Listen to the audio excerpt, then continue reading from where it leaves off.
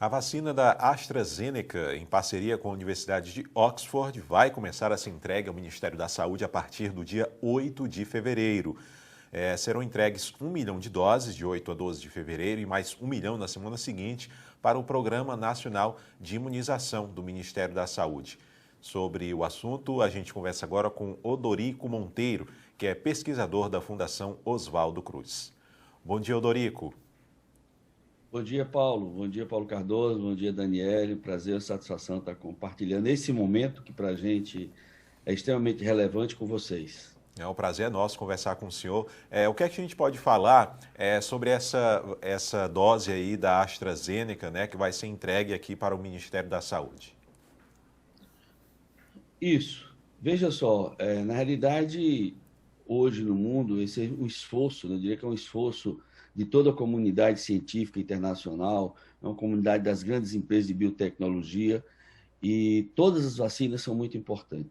A Fiocruz, que está aí com 120 anos, já nasceu, Paulo, nessa vocação, né, de produção de vacinas, né, já nasceu com uma vocação de incorporação tecnológica, e nesse momento que nós estamos fazendo esse esforço para construir plataformas de vacina para o enfrentamento da pandemia da Covid-19, nós fizemos uma parceria importante com a Universidade de Bristol, de Oxford, perdão, com a AstraZeneca, que é um laboratório produtor de vacina e de incorporação de várias tecnologias no campo das medicamentos biológicos, né?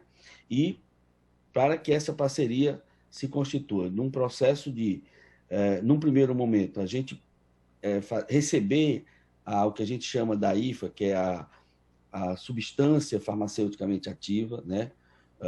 Essa substância vai ser envasada pela Fiocruz e, em seguida, a própria Fiocruz vai produzir essa vacina, nacionalizando a vacina, incorporando a vacina dentro do nosso rol de vacinas que já oferecemos para o Sistema Único de Saúde.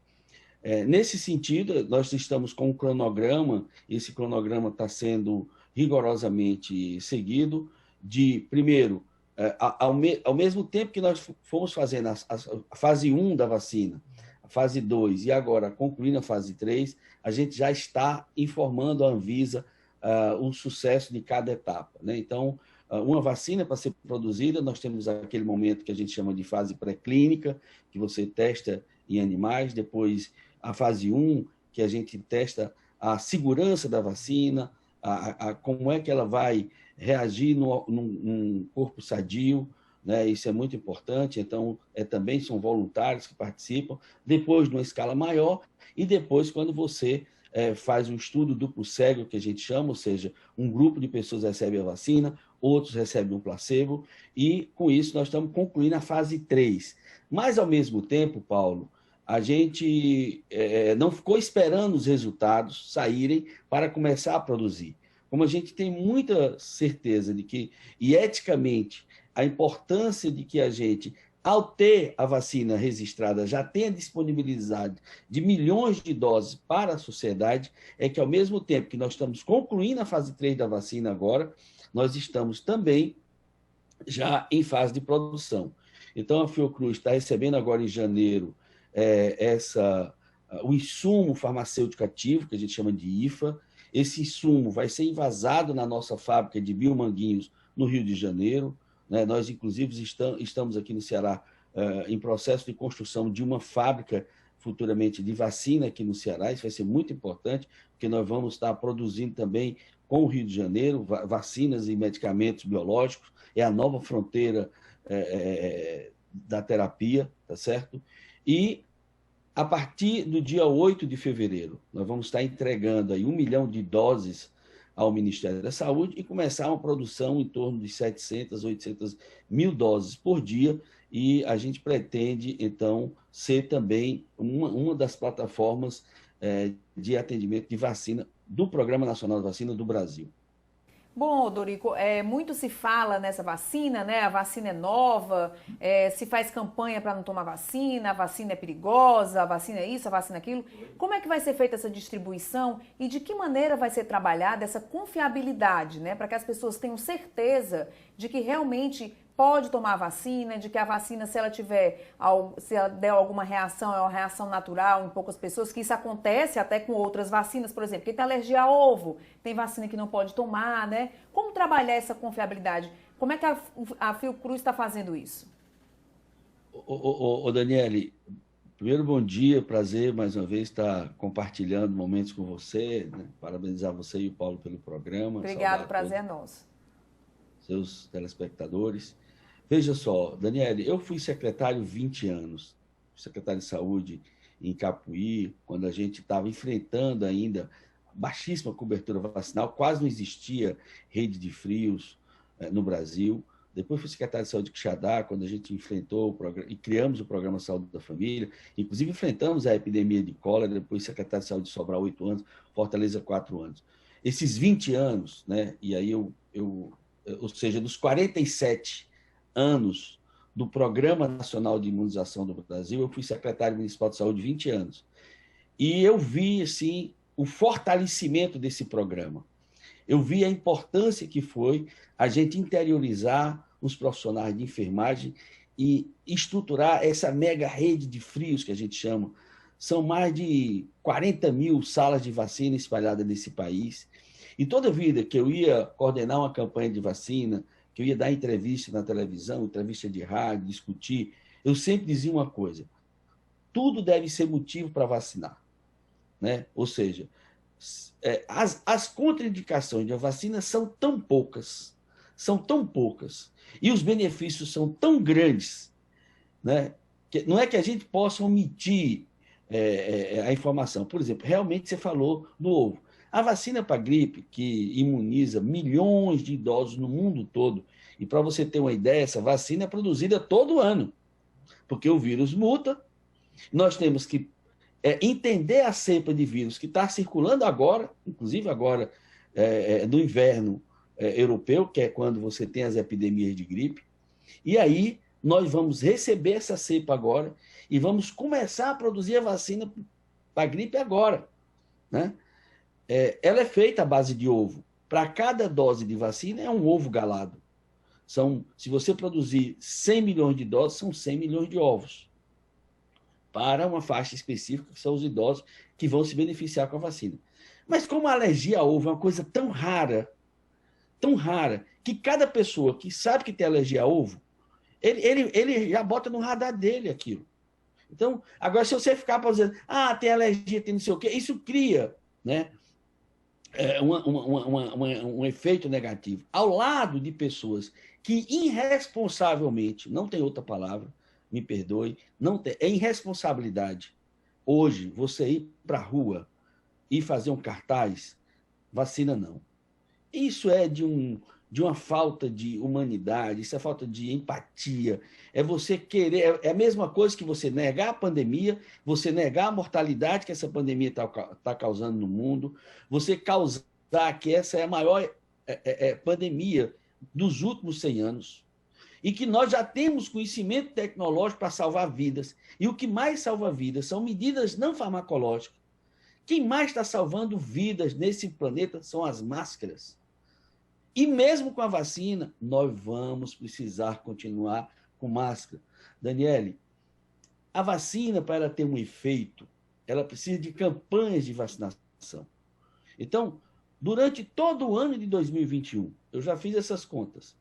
Se a gente colocar as principais produtoras de vacina do mundo, a Pfizer e BioNTech, a Sinovac com a Coronavac, a Moderna, que agora acabou de ser aprovada, a Sputnik V lá da Rússia, e se colocar a nossa da AstraZeneca, todas elas nós vamos produzir no máximo 2 bilhões e 800 milhões de doses. Digamos que chega a 3 bilhões. Só que o mundo tem 8 bilhões de pessoas. Isso toda a produção de 2021. Então nós vamos precisar de ter a consciência que nós vamos ter a vacina, nós vamos continuar vacinando as pessoas por grupos e fases. E isso foi muito importante, a pressão da sociedade civil, foi muito importante a pressão do Congresso, foi muito importante a pressão do Supremo Tribunal Federal para que o governo federal assumisse, né, aquilo que há 47 anos o Brasil tem como uma das políticas públicas mais sólidas, que é o nosso programa de vacinação.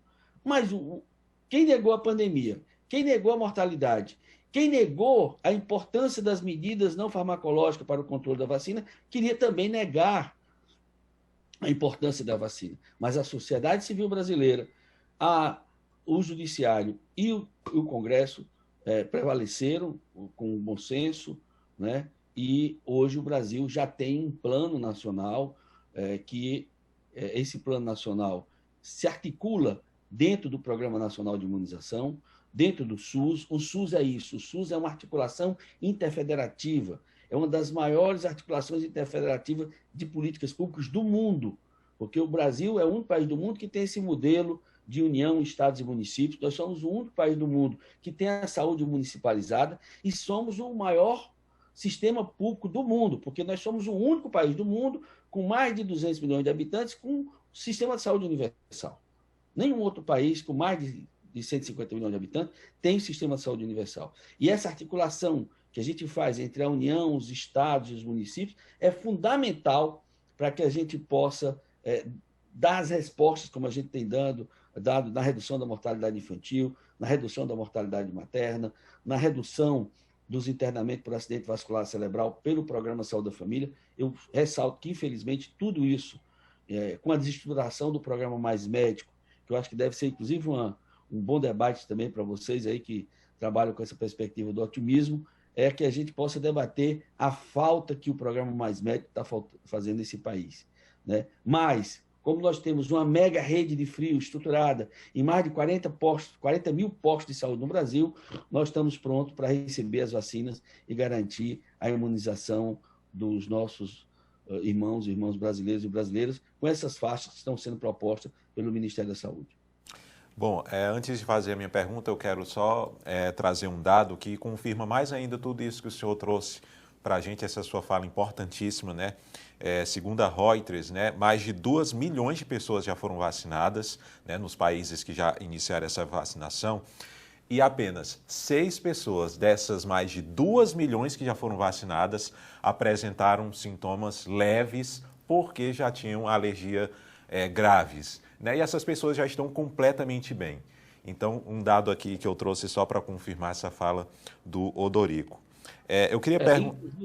Viu, Paulo? Só para você ter uma ideia, uma dessas pessoas, no caso da Inglaterra, é uma pessoa que tem problemas alérgicos gravíssimos, infelizmente já sabia disso e já estava com sua injeção de adrenalina.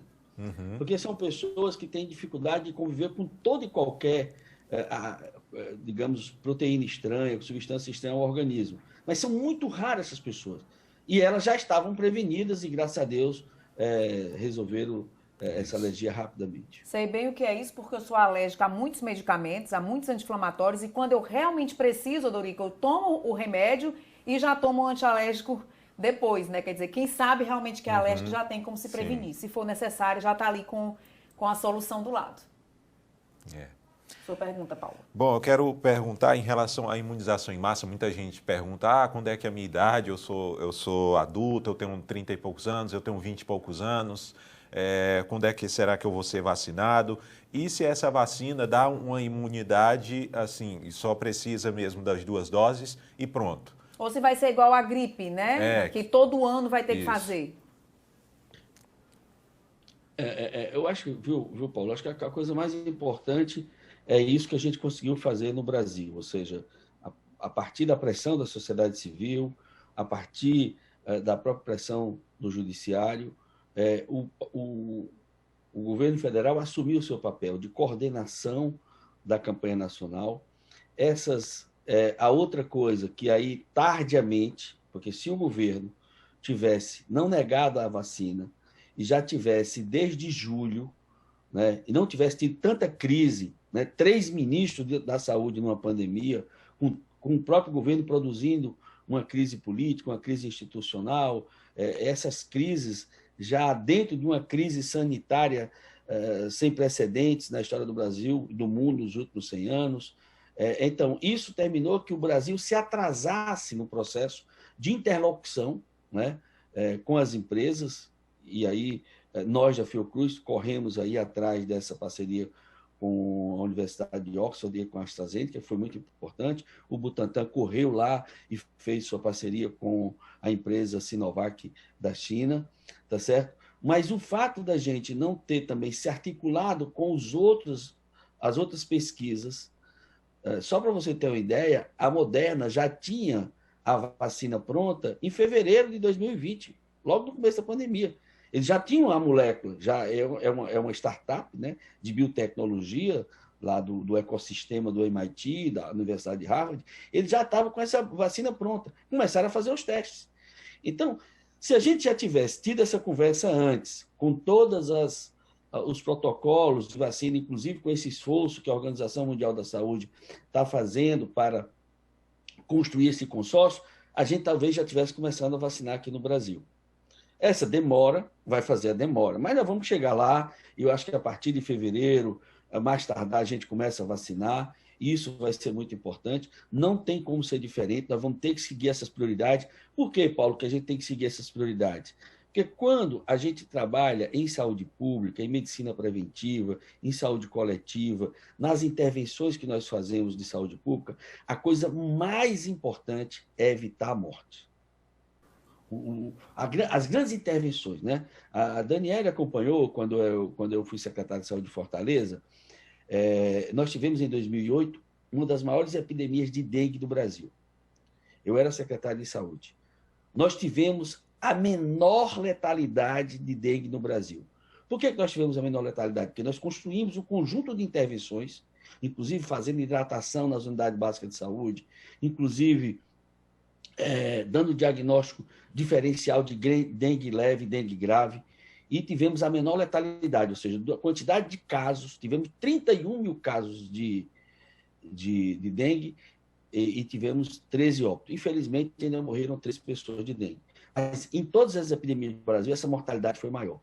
Então, a vacinação, quando a gente escolhe vacinar os profissionais de saúde, porque os profissionais de saúde são aqueles que estão na frente do sistema, recebendo pessoas. A carga viral é muito importante no desfecho da gravidade da doença. Então, são profissionais que estão expostos.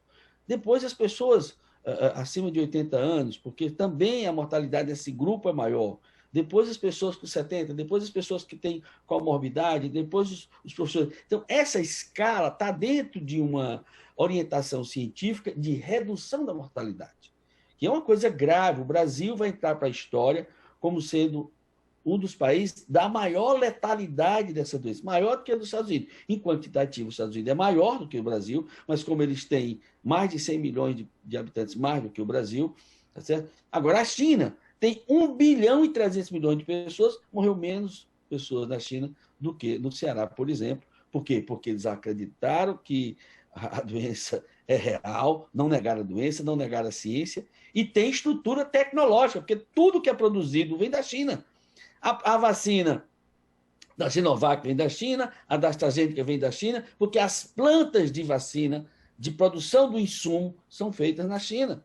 Então, essa fantasia que as pessoas ficam querendo impor contra a vacina é uma coisa irresponsável. Agora, realmente, nós temos que entender que durante o ano de 2021, mesmo a vacina chegando, a epidemia não se acaba. Da mesma forma que quando acabou aquela fase mais crítica de lockdown, as pessoas foram para a rua e acharam que a epidemia tinha acabado, ela voltou de novo, inclusive a Inglaterra hoje, que é o primeiro país que começou a vacinar. A Inglaterra, que é o país que começou a estrutura, né, de lockdown também, agora está isolado, inclusive, agora mesmo a comunidade europeia discutindo que abre, porque pode ter uma crise de abastecimento, inclusive, de alimentos na Europa. Então, não é brincadeira, nós temos que entender que é uma coisa séria e que nós vamos ter que conviver com essa pandemia, mesmo a vacina chegando. E aí, Daniela, você pergunta, e vai ter que ter todo ano, vacinação, viu, Paulo? Você também perguntou, quanto tempo dura a imunidade? Nós estamos aprendendo muito com essa doença, muito mesmo. A avaliação que a gente está tendo hoje é que mesmo essa variação de mutação que está acontecendo na Europa, no caso da Inglaterra mais especificamente, ela é sensível à vacina, há uma avaliação agora da Pfizer-BioNTech que 95% possivelmente mantenha-se a mesma vacina para essa nova cepa. Eu acho que essa mutação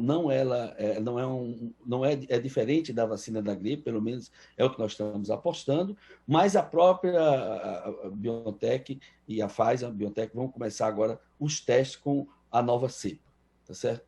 Mas eu diria que nós estamos otimistas, né, em homenagem, inclusive, a vocês aí, que eu acho que é importante. Fico muito feliz, porque eu sou um otimista também compulsivo, de que vocês tenham esse nome um grupo de comunicação, para que a gente possa entender que não só pode necessariamente divulgar notícia ruim, que a gente está aprendendo muito e, com certeza, eu acho que a gente vai, com esse conjunto de vacinas que nós temos, nós vamos conseguir imunizar mesmo com essa nova cepa. Nesse sentido, os estudos apontam de que a nova cepa é também sensível à produção a imunidade das pessoas que são vacinadas e são imunes a essa nova cepa. Tomara, estamos otimistas. Odorico, só para a gente terminar, não posso deixar de perguntar a você uma notícia que está repercutindo aí na imprensa, né, de que o STF pediu à Fiocruz para reservar doses de vacina para 7.000 servidores. Você confirma isso? Tem alguma informação? Como a Fiocruz vai agir? Não, veja só, eu acho que, para nosso caso, isso deverá ser uma discussão feita pelo Programa Nacional de Imunização, tá certo? Então, é possível que tenha feito essa solicitação, não tenho conhecimento especificamente do teor e do conteúdo, mas com certeza é natural que as pessoas liguem para a Fiocruz, procurem a Fiocruz. Nós temos uma relação muito forte com o STF. A Fiocruz foi fundamental do conjunto de estudos e orientações que nós fizemos junto ao Superior Tribunal Eleitoral para a condução do processo de votação.